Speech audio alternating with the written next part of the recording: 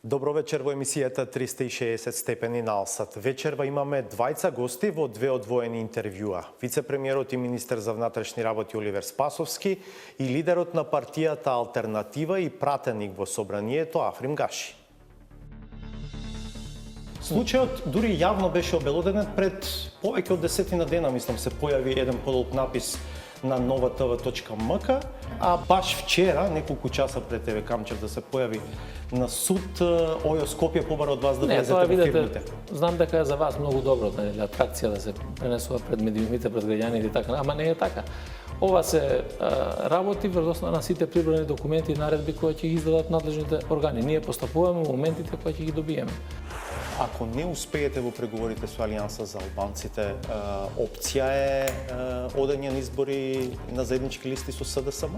Ka zëra se diçka e tillë mund ndodh, po jemi në fazën ende të rimendimit apo të analizave, aq më tepër që ne për momentin jemi të interesuar që koalicioni të bëhet në kampin shqiptar që të fitojmë të pjesa shqiptare. Бидете со нас, со интервјуата се враќаме за кратко.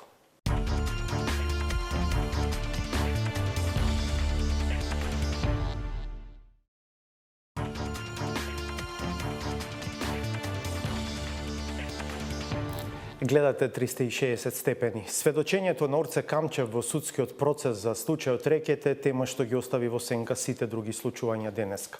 Вчера пак неколку часа пред Камчев да се појави на суд од Основното јавно обвинителство Скопје и МВР дојде информација дека е започната проверка во 3 фирми поврзани со Камчев, а во врска со долгот од околу 400.000 евра на ВМРО ДПМН за кампањата на Гордана Силјановска-Давкова за претседателските избори. Основата за отворената предистрага е тезата дека така фирмите на Камчев де факто донирале за кампањата на Силјановска многу над дозволените 30.000 евра, за што се предвидени санкции. Ова е една од темите за разговор со вице-премиерот и министер за внатрешни работи Оливер Спасовски. Добро вечер, добре дојдовте. Добро вечер, благодарам на покана. Пред да ве прашам за овој случај со фирмите на Камчев, еден дел од сведочењето на Камчев денеска на суд, можеби не е меѓу најцитираните, но остава впечаток, а тоа е дека за случајот со Рекетот, или како што е прикажан случајот, тој прво му кажал на директорот на Управата за безбедност и контраразузнавање, по тоа време тоа е Горан Николовски Џони. Моето прашање до вас, министре, е дали директорот на УБК ви кажа за вакво нешто? Видите, тоа е еден од поинтересните случаи кои што се случуваат, така да сите службени информации кои што се доставени и до управата, односно до Министерството за внатрешни работи, се доставени и до мене и до соодветните институции таму кај што требате. Вие знаете дека како и за сите други случаи, и за овој случај, Министерството за внатрешни работи исклучиво беше посветено на остварување на сите барања за водењето на истражната постапка од страна на Основното обвинителство за организиран криминал. Тоа што Камчев го кажува мислам дека дури пред да му соопшти на премиерот дека му се доверил на директорот на УБК и тоа, ако добро разбирам, не бев во судницата, се разбира, ги читам пренесените извештаи, дека му се доверил по пријателска, другарска линија. Ја не можам да коментирам искази во суд што се даваат, посебно искази кои што јас знаевте? Не сум ги слушнал, затоа ви реков дека сите службени информации кои што биле доставени сум запознат и секоја службена информација била проследена до соодветните органи. Ова не е службено. Не, тоа е ваша констатација. Дали ова може би е причината зошто Николовски не стана директор на Агенцијата за национална безбедност? Не, нема никаква поврзаност случајот со изборот на директор во Агенцијата за национална безбедност. Тоа беше процес кој што претходно се случуваше, се правеа консултации и помеѓу политичките субјекти, се правеа консултации неопходни за да се избере директорот на Агенцијата за национална безбедност и на основа на тоа се носе одлуките. Значи нема никаква поврзаност. Николовски е се уште вработен во агенцијата. Да. Што се проверува во трите фирми на Камчев? Рековме вчера, Основното јавно обвинителство Скопје потврди дека по информација добиена од МВР, Ојо Скопје побарало од МВР да ги направи овие проверки во трите фирми. Па видите, вие ги имате практично сите информации. Тоа што основното јавно обвинителство го побара од Министерството за внатрешни работи да се влезе во 3 фирми, да се прибави документацијата, да се проверат одредени факти, односно да се утврдат одредени факти, кои што се добиени по сознание и од МВР и од Државниот завод за ревизија. Меѓутоа, јас апсолутно не можам и не сакам да изнесувам детали за случај кој што сега се наоѓа во предистрага или истрага, заради тоа што апсолутно е, би рекол, неблагородно да разговараме и за сите детали од истрагата да тоа го правиме пред медиум. Станува збор за долг кој што останал од сметката отворена за финансирање на кампањата на Гордана Силјановска-Давкова на председателските избори, долг кој што не смел да остане според последните измени на изборниот законник. Така реков и во најавата испаѓа дека тие фирми кон кои што не е платено, дека им директно донирале многу поголеми суми отколку што е горниот лимит кој што е дозволен, тоа е околу 30.000 евра. Како човек кој што претходно потпишувал извештаи во изборна кампања, што би рекле? Па јас имам јасен став односно на овие прашања што се однесуваат за изборните кампањи и за почитување на законските прописи. Значи, сите политички партии, без разлика која е во државата, мора да ги почитуваме законските решенија заради тоа што дополнително мислам дека не обврзува едно што станува збор за политичка партија, второ затоа што изборниот законник се носи со консензус. И тука апсолутно сите структури кои што се во парламентот учествуваат во подготовка на законското решение, би рекол поголема примена на законското решение или поголема стеснување на можностите за било каква злоупотреба е изразено преку волјата на политичките партии. Така да секој од политичките партии треба сериозно да води сметка во однос на трошењето на финансиските средства, посебно сега во услови кога такви финансиски средства се добиваат директно од буџетот на државата, директно од граѓаните. Едно е да вие ги остварувате финансиските средства во политичката партија преку други извори, дали се тоа донации, членарини и така натаму, меѓутоа посебно треба да се води сметка за парите кои што доаѓаат од даночните обврзници во Македонија. Така да овде постојат сомнежи, тие сомнежи во текот на предистрагата треба да се потврдат или да се отврдат, не е важно како. Јас не сакам сега да преюдицирам што ќе се случува со целиот овој предмет, меѓутоа наша должност е врз основа на наредбите да ги преземеме сите можни чекори да се утврдат фактите и да се обезбедат докази за постапката. Зошто се проверува и шпанска фирма? Се проверуваат сите фирми кои биле во врска со набавките за конкретниот предмет, така да без разлика која е таа фирма мора да се проверува. Дали свесно избран вчерашниот ден? Случајот дури јавно беше обелоденет пред повеќе од 10 дена, мислам, се појави еден подолг напис на novatv.mk со сите овие сомнежи за кои што и вечерва разговараме, а баш вчера, неколку часа пред тебе Камчев да се појави на суд, Ојо Скопје побара од вас да влезете во фирмите. Знам дека е за вас многу добро, нели, атракција да се пренесува пред медиумите, пред граѓаните и така, ама не е така.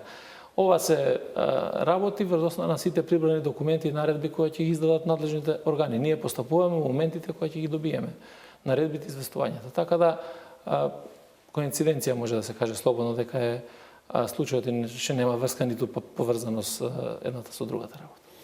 Престрелката во Александар Палас исто така е предмет на интерес, но и на загриженост на јавноста, затоа што се случи престрелка среде главниот град. Вие вчера дадовте една изјава во која што изразивте разочараност од тоа што обвинителството не собра храброст да побара притвор за лицата кои што претходно биле во конфликт со Алфи, пред да се случи пукањето. Сега, имате ли јасна слика што точно се случило во Палас? Станува збор за два практично независни еден од друг настани? Или поврзани се? Значи, истрагата треба да ги докаже сите овие наши сомнежи кои што ги имаме. Несомнено, има голема веројатност дека има врска помеѓу двата настани и тоа е навистина немил настан што се случи во главниот град или без разлика кај да се случи на крајот од краиштата. Меѓутоа мора да се испрати силна порака дека државата е цврсто решен да се справува со вакви криминални банди или криминални групи. И така да во тој дел апсолутно е недозволено да се упатуваат закани, напади, закани за ликвидација на членови на македонската полиција, припадници на македонската полиција, на членови на нивните семејства и така натаму од било кого. Ниту пак да се спречуваат во вршењето на својата работа и преземање на овластувањата. Така да во тој дел ние покренавме постапки и јас навистина и сега повторувам, искрено жалам што обвинителството немаше храброст да побара мерка притвор. Знаете, завршија сите со барање на мерки на предпазливост, одземање на пасош и јавување во суд, а станува збор за напад на полициски службеници. И знаеме дека се луѓе кои што се од една голема криминална групација, која што не е групација која што направила економски криминали и така натаму, и кои што се подготвени да прават вакви, би рекол, сценарија, меѓутоа, како и да е, државните органи мора да функционираат. Тоа е нешто на кое што јас постојано повикувам, дека сите од државните органи кои што се за спроведување на законот, и полицијата, и обвинителството, и судот мора да функционираат. Ако немаме кохезија во системот на функционирање, тогаш ќе се остануваат ваквите работи и наместо да се дестимулираат, ние ќе ги стимулираме криминалните. Опозицијската ВМРО ДПМНЕ ви рече наместо да жалите, ајде обидете се да ни одговорите каде се криминалците кои пукаа сред хотел. Видете, криминалци постојат секаде. И криминалците ги има на секаде.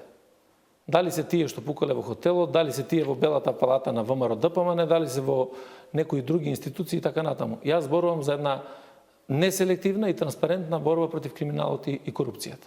Така да, случаите ќе се расчистуваат. Вие знаете, се покрена низа на прашања, еве сега да се вратиме на друга тема, пред некое време кога беа искасапени двете кучиња во аеродром, се разви една широка дебата во однос на тоа, меѓутоа полицијата постапуваше и после 3 месеци е најден утврден сторител вчера и приведен. Сега, за разлика од тогаш, вчера не гледаме некоја поголема интеракција или во јавност дека тоа се случило, освен што известија медиумите. Така да, работата на полицијата не е да делува емотивно и на брзина во одредени ситуации. Работата е да има темелна истрага, да се утврдат факти, аргументи и докази на основа на тоа да се презентира во јавното обвинителство. Јавното обвинителство ги презема понатаму сите чекори. И што е вашата предпоставка? Зошто јавното обвинителство не побарало притвор за овие луѓе? Па не знам, тоа треба да одговарат луѓето кои што тоа не го направиле. Слично нешто се случи и со еден друг, исто така случај, кој што привлече јавно внимание. Во куќа, во објект во Ваксинце, беа пронајдени 81 мигрант. Поминаа неколку недели од тој настан. МВР го приведе собственикот, но потоа обвинителството не побара притвор за него и тој остана на слобода. Во објаснувањата од едната и од другата институција, одговорноста некако како да се префрлаше од едни на други. Вие велевте, поднесовме соодветен поднесок, обвинителството се бранеше или се правдаше дека не добило кривична пријава од вас. И на крај тоа лице остана на слобода. Тоа е нешто за кое што јас говорам изминатите 2 години. Дека мораме да имаме прочистување на институциите на системот. И тоа тргнувам и од институцијата со која што раководам МВР, меѓутоа тука не може да се иземе ниту обвинителството, ниту судството. Ќе ви кажам неколку примери кои што ни се случуваат. И за разни поводи, ви рекол, или за разни извршување на кривични дела. Ова е еден од случаите кои што вие го посочувате. Се наоѓаат по наша информација, дојава, се превземаат мерки, се врши претреси, се пронаоѓаат 81 мигрант во куќата, чијто собственик е лицето и тоа лице е приведено. Па која е таа постапка која што треба плюс да ја направи Министерство за внатрешни работи, за да јавното обвинителство, кое што покренува барање до надлежниот суд, не побара мерка притвор. Тие се повикуваат на пракса во која што МВР во слични случаи поднесувало кривична јавното пријава. обвинителство делува исклучиво врз основа на закон. И сите насоки кои што ги дава на Министерство за внатрешни работи Министерството постапува и не може да постапува поинаку од тоа што ќе го добие како насок. И тоа е еден од случаите. Јас ќе ви кажам сега, пред недела дена, се објави во СВР Куманово исто така еден обемен предмет во кој што се работи, станува збор за сериозен сомнеж за перење на пари и тоа не за мала сума, околу 12 милиони евра. Точно со фирми, со собственици и така натаму. Јавното обвинителство ја води постапката по редовен пат, по редовна постапка, без да има ниту едно барање за притвор за било кого. Каде е тој предмет? Во организиран Во криминал? Јавното обвинителство во Куманово. СВР Куманово го работиш. Ако говориме за многу настани во кои што, да речеме, Македонија беше зафатена со пожар. Па имавме ситуации во кои што се фатени на лице место луѓето кои што опожаруваат одредено подрече, целата таа постапка оди по редовен пат. Или најблагоречено да ви кажам, ако сакате, за Министерство за внатрешни работи, за било кој напад на службено лице, напад на полицајци, тоа е напад на државата. Ниту една постапка не заврши со притвор за било кој нападач. Туку сите одат по редовна Во постапка. право сте, вие сте можеби првиот кој што од позиција на извршна власт почна да зборува за тоа дека нешто не е во ред со обвинителството и со судството, но засега останува се само на такви вербални реакции. И министерката за правда, Видете, јас па и не е премиерот. така, зошто не е така? Ние имаме реакции, да речеме јас отворено зборував 2 години. И бев можеби осамен во јавните говори, иако тоа го зборува и колегите од владата. Тоа го укажуваше и премиерот. Меѓутоа, денеска тој процес тргна и тоа е неповратен процес, веќе нема враќање назад. Ние мораме да одиме во средување на овие две институции. Затоа мора да имаме прочистување. Ама како? И тука Тоа е прашање. ќе се изнајдат механизми како и еден од механизмите и тоа што се најави. Затоа бараме да имаме целосно испитување на состојбата и на имотната состојба и на работењето. Тука е Советот за јавни обвинители, тука е Државната комисија за спречување на корупција. Сите тие мора да си ги преземаат мерките од нивна надлежност и секој да носи одговорност во овој правец. Овие работи кои што ние ги укажуваме, некој треба да ги прегледа. Тоа не може да го прави извршната власт па да каже да, вака е судено, ние како извршна власт ќе ја пресечеме работата. Тоа треба да го прави Советот на јавни обвинители, судскиот совет и така натаму, кои што не преземаат мерки. Не сме да остане перцепцијата во јавноста дека меѓусебно не се напаѓаат или не си покренуваат постапки обвинителите, судиите и така натаму. Туку мора да има казнивост за секого. И тоа е нешто што го очекуваат граѓаните. Верувајте, еден предмет да имаме во кој што ќе се утврди одговорност на било кој обвинител, судија, министер или било кој друг.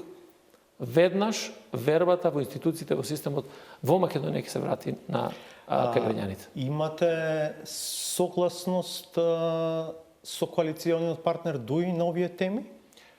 Ние имаме согласност на темите во однос на борбата против криминалот, против корупцијата и таа борба против криминалот и корупцијата ги одредува сите подачи во кои што треба заеднички да се бориме. Тука немаме дилема.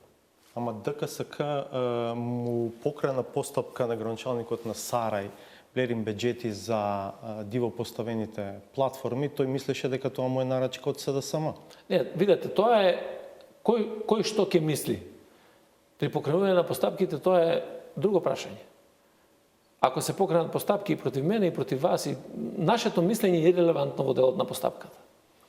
Постапките кои што се водат во институциите, дали е тоа Државната комисија за спречување на корупција, дали е обвинителство, судство, Министерство за внатрешни работи, правда и така натаму, секаде се водат по некакви постапки. Битно е тие постапки да бидат законити, битно е тие постапки да се базираат на аргументи и на факти, да не бидат селективни. Тоа е клучната работа.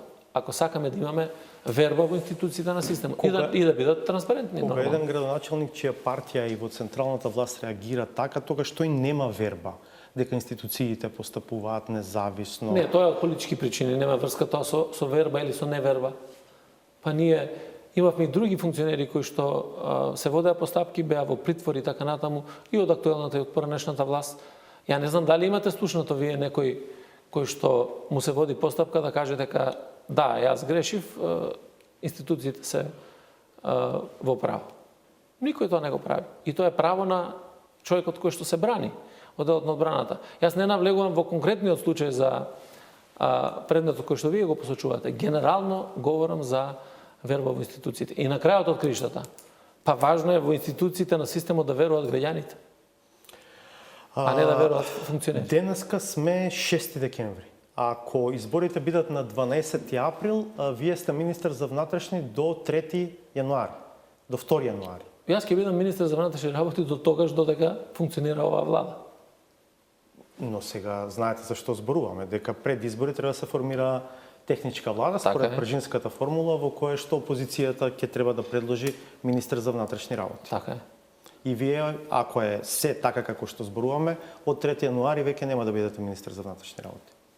Што ќе бидете и за вас што мислите дека е поприфатливо, пополезно, можеби еве за партијата, бидејќи ќе биде предизборие, да бидете премиер во таа техничка влада, сигурно сте еден од најсериозните кандидати за таа позиција, или да бидете дополнителен заменик министер со право на вето и да останете во Министерството за внатрешни работи, каде што несомнено веројатно најдобро ги познавате состојбите внатре. Видете, јас неколку пати одговарам на вакви или слични прашања. Факт е дека ние практично изборите треба да ги дочекаме со нова влада, во која што ќе има и нов премиер, нов министер за внатрешни работи и нов министер за труд и социјална политика, и при тоа ќе се изберат и 5 дополнителни заменици министри. Ако имаме нов премиер на таа влада, тоа значи дека оваа влада престанува да функционира. И затоа ви кажувам на почетокот, додека функционира оваа влада, ќе бидам јас министер за внатрешни работи. Тогаш, кога ќе треба да стапи на сила, односно да биде избрана новата влада која што треба да биде до изборниот период, тогаш практично ќе дојдат на позиција новите луѓе. Овие дебати кои што јас сега кажав неколку пати, сум насочен исклучиво за довршување на работите, реализација на одредени проекти кои што ги имаме и така натаму. Јас ќе работам до последниот ден, се со цел тоа што сме го зацртали и тоа што е можно да биде реализирано до овој момент да го реализираме, се со цел и да јакне системот и да се стварат подобри услови за работа на полицијата. Од една страна, другите дебати кои што ќе ги водиме во партијата, тоа ќе бидат дебати кои што ќе значат носење на одлуки за општо добро. Значи, нема да дискутираме за тоа кој каде ќе се наоѓа на која позиција или дали е важна мојата судбина како човек поважна од било кој друг. Не. Најважна е судбината на државата и на граѓаните. Нити една лична судбина не е поважна од сите нас. Една личност на предлог на СДСМ ќе треба да биде премиер на таа влада. Да, затоа зборам, значи ние ќе треба да разговараме внатре во партијата и да донесеме одлука. Во моментот кога ќе отвориме дебатата за тоа кој би бил премиер на влада, кој би бил, не знам, дополнителни заменици министри и така натаму, тоа ќе се соопшти во јавноста. Инаку сега е џабе ние што ќе лицитираме со темите, па вака ќе биде, повеќе направиме, па дали е подобро за едниот или за другиот. Во партиите со време се отвораат тие теми, претпоставам дека не, ние не сме отвориле таква тема се уште, кој ќе дојде моментот ќе отвориме и ќе донесеме одлука. Како ги проценувате шансите на СДСМ на претстојните избори? Шансите на СДСМ на предстојните избори се сериозни за формирање на влада за уште еден мандат. Добро, благодарам што бевте дел од 360 степени. Благодарам. Продолжуваме.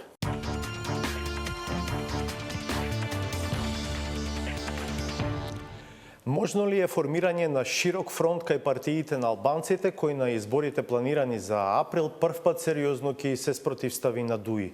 Со повици за заеднички настап излегува Алијанса за албанците и БЕСА, се случија и првите контакти меѓу партиите, а најмногу надеж дека наскоро ќе биде обелоденето и првото партнерство доаѓа од партијата Алтернатива на лидерот Африм Гаши. Дали е реално втемелен тој оптимизам и колку широко може да оди тој фронт, вечерва ќе разговараме токму со Африм Гаши. Добро вечер и добре дојдовте. Добро вечер, добро не најдов. Faleminderit për ftesën. Është kënaqësi dhe nderë që të jem musafiri juaj dhe i shikuesve tuaj të respektuar shumë. Вашата партија е дел од владината коалиција, предводена од СДСМ и ДУИ, а во исто време преговара и со Алијанса за албанците, која е опозицијска партија. Како го објаснувате ова седење на две столчиња? Po në shikim të parë ashtu duket, si perceptim i gabuar, po mendoj që nëse realisht shihen gjërat, ajo është një perceptim i keq interpretuar. Për shkak se partit në kohën e fushatës parazgjedhore, apo në raport me zgjedhjet që vinë, mundohen të bëjnë koalicionet për mandatin e ardhshëm. Ne nuk flasim për këtë mandat.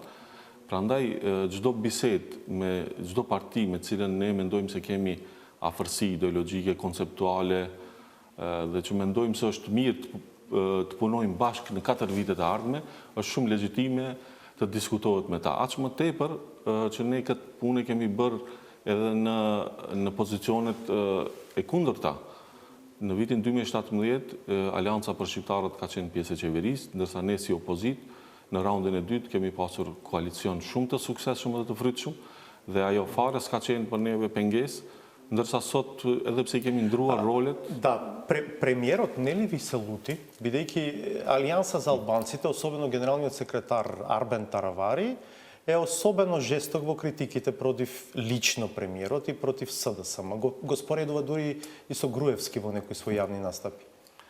Po ne kemi me kryeministin raporte korekte dhe si partner të koalicionit mundohemi të punojmë bashkë në qeveri për punë konkrete që i kemi, ndërsa në raport me koalicionet e ardhme, është e qartë se secila parti politike e sheh interesin e vet dhe ajo është e kuptueshme dhe nuk ka hapësirë për hatërmbetje. Aq më tepër që ju dhe njerëzit që e njohin kryeministrin e dini se ai nuk ka hatërmbetje të këtilla. Аха.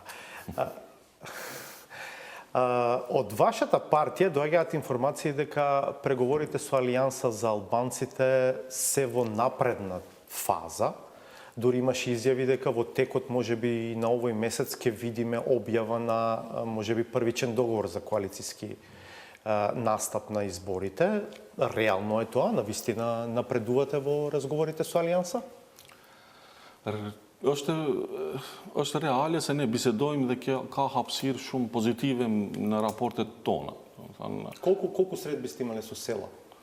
Од повикот негов за коалиција до сега?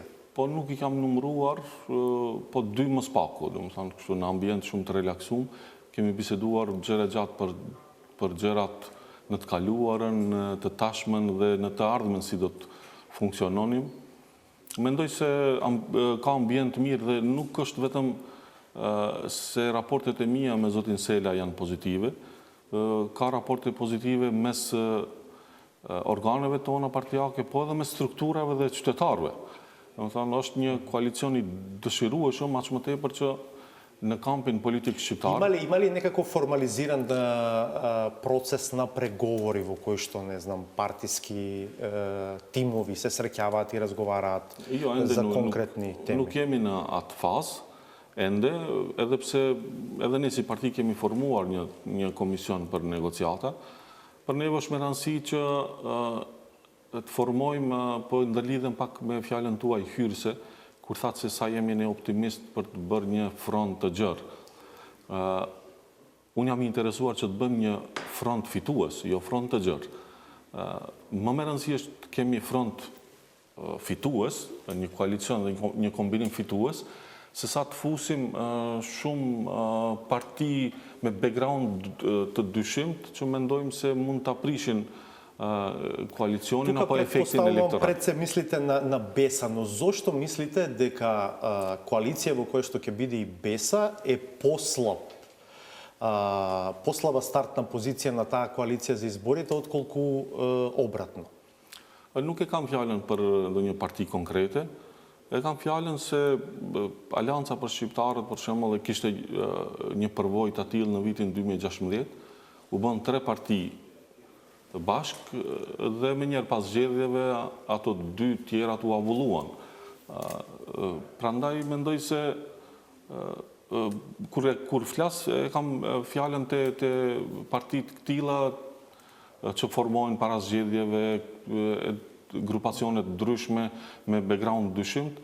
Për atë e kam fjalën, domethënë konceptualisht mendoj se shumë më e rëndësishme është të bëjmë kombinim fitues. Dhe kjo më së miri mund të përdeftohet nga të dhënat që i bëjmë gjatë analizave, sondazheve, po edhe në kontakt me qytetarët.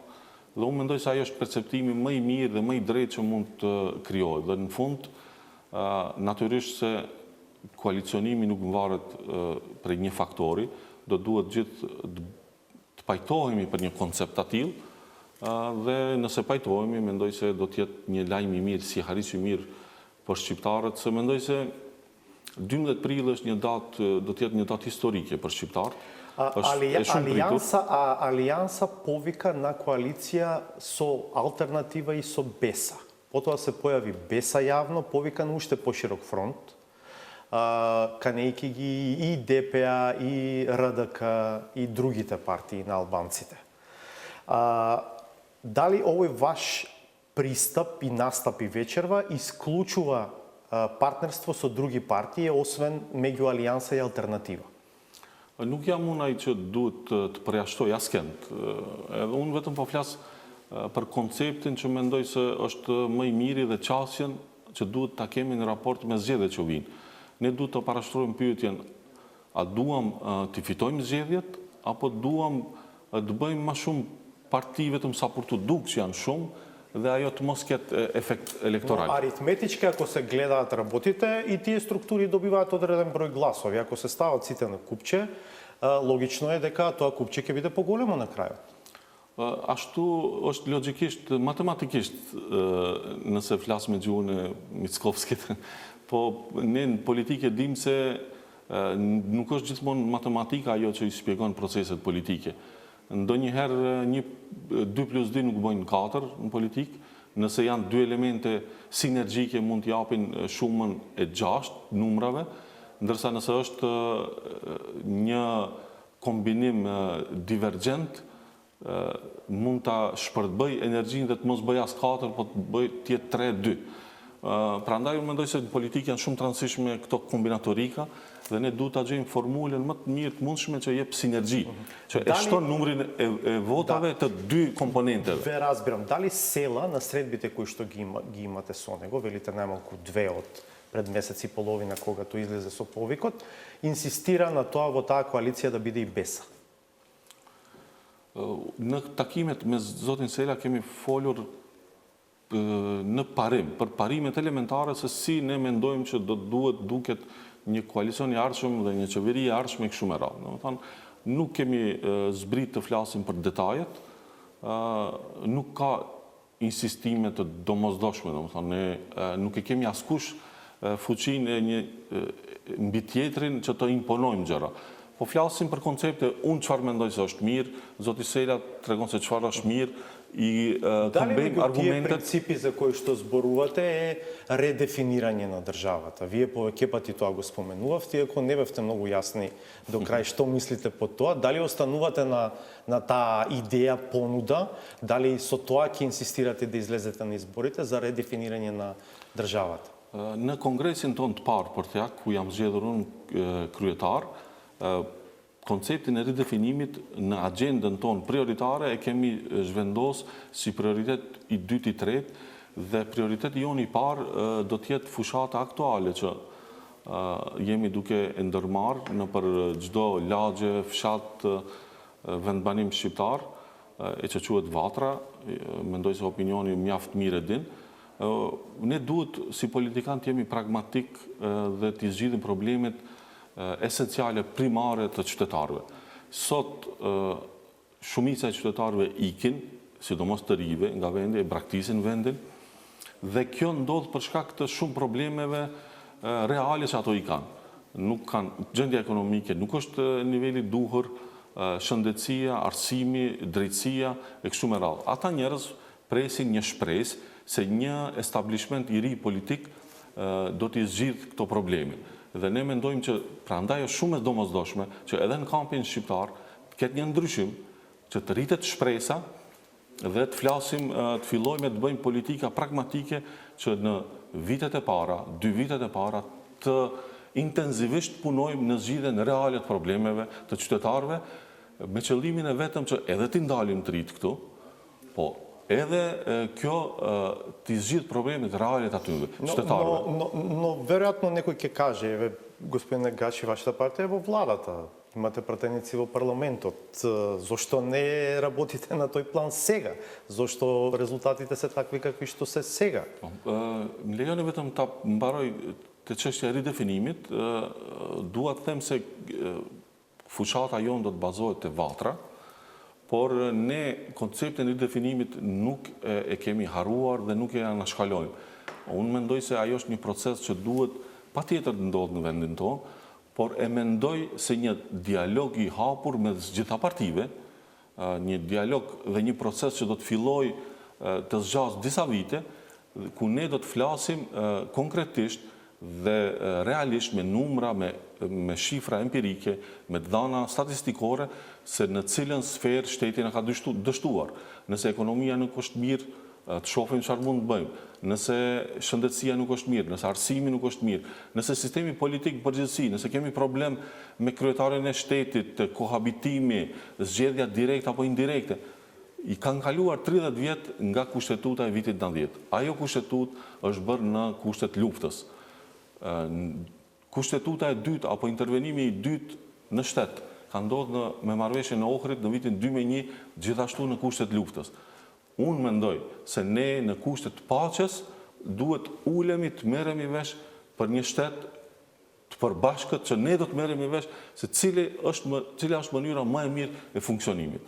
Por në raport me pyetjen që e bët tash, ne edhe kur e ndërmorëm fushatën Vatra e parashikuam riskun e parashtrimit pyetjeve të këtilla, dhe edhe të mos parashtroheshin, mendoj se e kemi pasur si një rëndësi apo si një bagazh që ne kemi ndjeje se mund të parashtrohet kjo si pyetje. Por kemi përgjigje shumë reale në këtë drejtim. Ne jemi në pjesë e qeverisë për dy arsye. Pjesëmarrja jonë në qeveri është tematike, e dini ju kemi bërë pjesë e qeverisë për ta ndihmuar procesin e marrëveshjes së prepës dhe implementimin e saj, dhe çështja e dytë është të dëshmojmë se ka një parti politike shqiptare e cila mund të futet në qeveri, të dëshmoj se mund të punojë për qytetarët, të jetë në shërbim të tyre, ta luftoj krimin dhe korrupsionin, të mos pasurohet dhe të mos mendoj për interesat e veta, dhe të punoj edhe për shqiptarët edhe për gjithë qytetarët. Dëshmia se një parti politike... Знаете какви реакции имаше, например, за програмата за култура, кое што дојде од ресорот кој што беше раководен од ваш кадар. И се уште е раководен.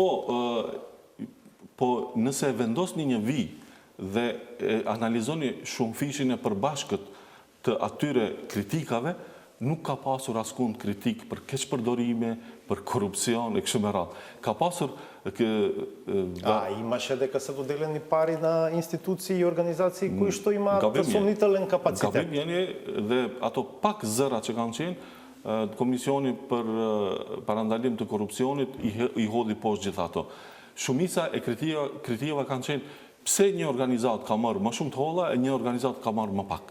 Për herë të parë, domethënë, derisa shqiptarët përpara kanë marrë nga 3-4% në programin për kulturë, tash kanë marrë mbi 40%.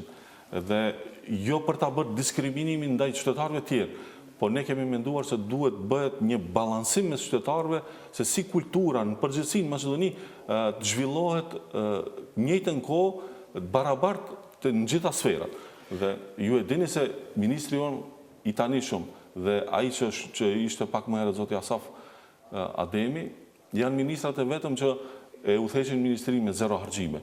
I rrisin rrogat e gjithë punonjësve në kulturë, i avancojnë gjithë punësuarit aty në shkallën administrative. Diçka që partitë e tjera me dekada nuk e kanë arritë ta bëjnë, ndërsa ne... Задоволни сте од учеството во владата? Добивте се што ви беше ветено во смисла на места? Се споменуваше, мислам дека некаква позиција во Агенцијата за електронски комуникации?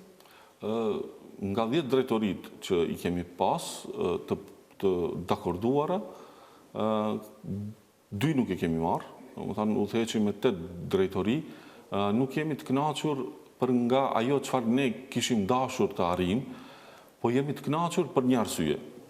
Kemi dëshmuar qëllimin primar, se ka një model tjetër se një parti mund të futet në qeveri dhe të funksionojë ndryshe. Kjo ka qenë synimi jonë. Ne kemi dashur këtë ta dëshmojmë para qytetarëve se një politikan, kur bëhet funksionar publik, ministër, drejtor, duhet të jetë në shërbim të qytetarit. Të mos korruptohet, mos kriminalizohet, mos punoj për interesa partijake, po të jetë në shërbim të qytetarit. Dhe ne këtë e kemi arrit. Për këtë arsye jam i kënaqur. Sidomos te pjesa shqiptare, mendoj se ky zë depërton pak më shumë. Po edhe gjithë maqedonasit që janë pjesë e institucioneve, në cilat ne i drejtojmë, unë çdo ditë kam mesazhe lavdata apo janë të kënaqur gjithë të punësuarit aty për shkak se ne e kemi bërë edhe një punë që nuk e ka bërë asnjë parti deri tash. E kemi eliminuar hakmarrjen partijake. Për neve, kushdo që ka qenë i punësuar, çfarëdo partije që ai është, neve nuk na intereson ajo. Ne mundohemi gjithë ato punëtorë të avansojmë, të ndihmojmë dhe të jenë efikas, ndërsa institucionet të jenë në shërbim të shtetit e të qytetarëve. Ќе vë vrata малку пак назад.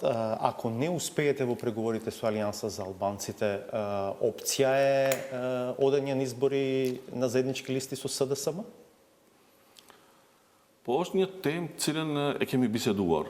Edhe në parti, flitet edhe publikisht, ka zëra se diçka e tillë mund ndodh, po jemi në fazën ende të rimendimit apo të analizave, edhe LSDM-ja e bën të njëjtën gjë, edhe ne e bëjmë të njëjtën gjë.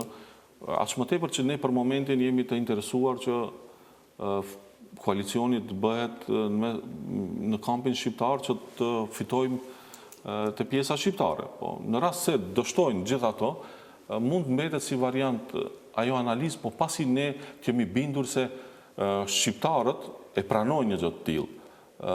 Ne duhet ta dimë se si do të silleshin ata në raport me një koalicion të tillë. Kjo është e rëndësishme. Fundja ne ekzistojmë për shkakun e qytetarëve. Nëse ata e dojnë një koalicion të tillë, nëse sondazhet, analizat e dëshmojnë se ajo është për të mirën e shqiptarëve, për të mirën e shtetit, për të mirën e qytetarëve, ne jemi aty për të marrë vendimet të guximshme. Mua nuk më mungon guximi i tillë, por ne duhet të jemi të bindur. Prandaj edhe kur i takojmë qytetarët çdo natë gjatë fushatës Vatrat, cilën e përmenda pak më herët, ne i flasim edhe këto punë. Unë dua t'i shikoj në sy qytetarët dhe prej tyre ta marr përgjigjen se si ndjehen, çfarë dëshirojnë ato.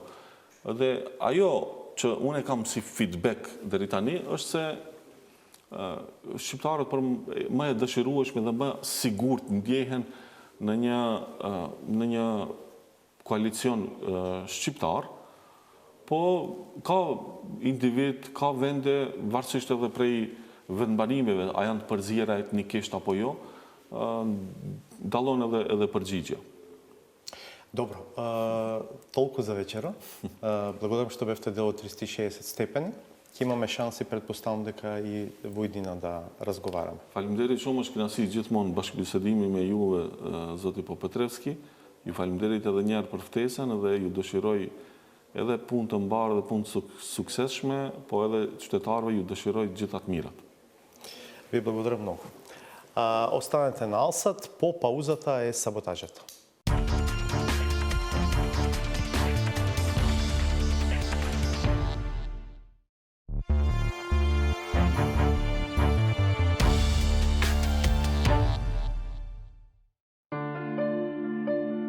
Отварањето дебата за начинот на кој се уредува верскиот календар е принципиелна, но веројатно не на начин со кој треба да се оправда временскиот квантум одреден за чествување, кој изгледа не одговара на предвидувањата за потребите на религиозните проповедници. Македонските цезари, на кои се повеќе им бегаат и денови и месеци, сакаат тој да не биде одредуван со папски, туку со нивен, атеистички декрет. Некако како да се празни атмосферата веројатно околу новогодишните празници. Може би правото прашање зошто МПЦ не го смени календарот, па да го правиме Божи како цел свет. Да се изедначиме со светот би било редно, ама не со славењето како единствен параметар, иако според податоците на ПИСА и натаму сме неписмени. Предпоставка е дека не би знаеле ниту што, ниту зошто славиме. Првиот чекор во таа насока е секој барем малку да преземе одговорност од бројни сте примерите на оние што толку колку што биле таму каде што биле. Немо ги проследувале состојбите, а штом се трнале настрана, веднаш се гласни детектори на проблемите, на незнаењето. Навистина мора да се потенцираат кадровските решенија кои го партизираа образованието. Отсуството на решенија не значи дека не достигаат предлози, ама и тие се со краток здифот и се очигледно неверодостојни и од чиста популистичка природа. Ветувањата дека ќе се реализира едно од неколкуте начини за справување со аерозагадувањето останува неисполнето. Не поради отсуството на желба или пари, туку поради стравот од синдромот на корупција, олицетворен во македонското менаџирање на принципот прв дојден, прв услушен. Ако предвидевме директни средства за субвенционирање на ова мерка, тогаш ќе имавме лимитирачки фактор само за 500, ајде да кажеме, 1000 граѓани што ќе купат нови возила и ќе се откажат од старите. Што ќе направивме ако други граѓани, 3, 4, 5000 граѓани, ќе го направат истото, а ние не ќе имаме простор во буџетот за нив да ги субвенционираме. За да не се стават во неудобна позиција граѓаните, најдобро е парите да ги добијат нивните народни избраници. Тие само одобрените средства за патни трошоци можат секоја година да го подновуваат својот возен парк. Оние кои се разбирливо се најспоменувани, прецизно го декларираат своето незадоволство, по појаснуваат дека и таму се појавува одреден вид на нерамноправност. Вчера направив едно собствено истражување. Точно е дека јас сум патувал за да дојам на своето работно место, но точно е дека тоа било многу помалку од многу останати колеги пратеници. Всушност собранието објавуваше годишни извештаи во кои што моето име го немаше на врвот. На другиот врв се наоѓа оној што пред време сака да се ослободи од одговорност. Па за однесувањето кое според логиката на нештата му се наметнува.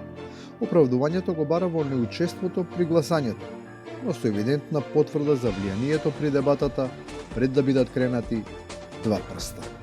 Во моментот на дискусија на влада било поставено прашање, вај да не очекувате на тоа прашање да одговори министерот култура или од друг сектор, треба да одговори некој од економија. Јас сум одговорил за што станува збор. Кога дошло гласањето на крајот на седницата, јас и сум се исклучил и сум излекол. На седниците на владата не се гласа, но тоа е друго прашање кое очигледно не им е познато на оние кои во политиката влетеле од некоја мала врата, а како и нивните факултетски колеги, прават почетнички мали грешки, мешајќи ги поимите и терминологијата, импресионирани од партиципацијата во големата политика. Вечерта имавме работна вечера која што беше организирана бидејќи имаше самит на маргините на Конгресот во Загреб, И на крајот, за маргиналците кои за разлика од политичарите доминираат зад сцената. Извршителите неосновано се клеветени, навредувани со многу низок вокабулар, со кој се руши авторитетот на благородната професија наречена извршител. Кој знае каде се крие само прокламираното својство на оваа сорта. Може би во тоа што токму тие, благодарејќи им на неколку темина мокници од правда, заедно со нотарите, и на вистина прераснаа во таков сталеж и од обични смртници станаа благородници. Толку за вечерва, благодарам што бевте со нас. Се гледаме в понеделник од 22. Пријатно.